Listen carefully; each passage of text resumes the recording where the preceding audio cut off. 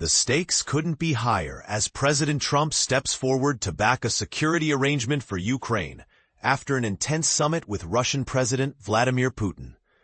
This development signals a potentially pivotal shift in the conflict that has gripped the region since 2022, and it's stirring up strong debates about the future of European security. Here's what's going on. Trump has expressed a foundational agreement to offer what's being called security guarantees to Ukraine. These guarantees are designed to protect Ukraine's border against further Russian aggression once a possible peace deal is reached. Think of it as a European-led peacekeeping force supported by the United States, according to insiders involved in the negotiations. But here's where it gets controversial. Trump has made it clear he won't commit U.S. troops to the front lines, and he has consistently rejected the idea of Ukraine joining NATO. This is a significant point because it means he favors a form of protection for Ukraine that stops short of the full defense commitment NATO membership would entail.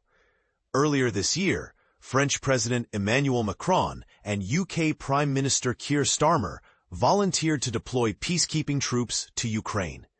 This would mean that France and the UK would shoulder the human and financial burdens of defending Kyiv, on top of the roughly $200 billion the U.S. has already spent arming Ukraine since the invasion began. Interestingly, during talks with Trump, Putin suggested including Chinese troops in the peacekeeping force. While China's involvement would have been a game-changer, Putin seemed more open to a compromise. Turkish forces joining the international peacekeepers. Turkey, a NATO member but one that's also acted as a mediator between Russia and the West, occupies a unique and complex position in these dynamics. It's important to highlight the security implications here. The United States has mutual defense agreements with the UK, France, and Turkey. Their participation on Ukraine's front lines could offer Ukraine a level of protection somewhat akin to NATO membership, without Ukraine formally joining the alliance. This approach respects Trump's stance against NATO expansion, which Putin vehemently opposes, fearing it as a threat to Russian security. For context, Article 5 of the NATO treaty commits all 32 members to defend one another if any member is attacked. Since Trump is against Ukraine joining NATO, these security guarantees are crafted to mimic some protections without triggering the full Article 5 mutual defense pledge. A tough compromise is also on the table. Ukraine would likely have to give up land currently held by Russia and possibly parts of the Donetsk region as part of any peace deal. This raises serious questions about the sovereignty and territorial integrity of Ukraine. Topics that spark intense debate among policymakers and analysts alike. In a surprising move, Trump cut short his meeting with Putin to immediately reach out to European leaders and Ukrainian President Volodymyr Zelensky, shifting focus from a limited ceasefire to exploring a comprehensive peace settlement.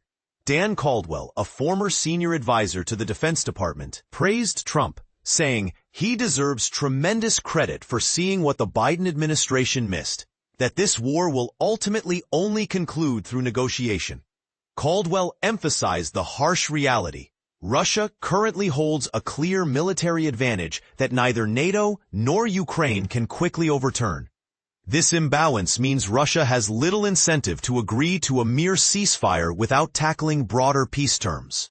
According to reports, the peacekeeping arrangement would compel European allies to respond if Ukraine faces future attacks, which some interpret as a quasi-military alliance without formal NATO membership. Putin has reportedly agreed to this setup. However, European leaders remain cautious, seeking clarity about what exact role the U.S. would play in this framework. Would America's role be active or more symbolic? Sources indicate discussions are ongoing. This proposal emerged after a series of high-priority conversations among Trump, Zelensky, and various European leaders. One insider shared with the press that the U.S. suggested a security guarantee modeled after NATO's Article 5, but explicitly outside the NATO structure. A nuanced but crucial legal distinction. Adding to the buzz, Zelensky is set to travel to Washington, D.C. for a meeting in the Oval Office, marking another significant step in this evolving diplomatic saga.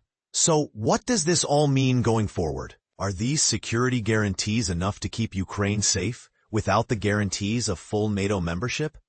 Could the inclusion of non-Western peacekeepers, like Turkish or even Chinese troops, be a realistic path to peace? Or a risky gamble? This proposal certainly challenges long-held perspectives and raises complex questions about alliances, sovereignty, and the balance of power. What's your take? Do you think this new security deal will hold? Or is it just a temporary bandage on a far deeper wound? Share your thoughts, because this is far from over.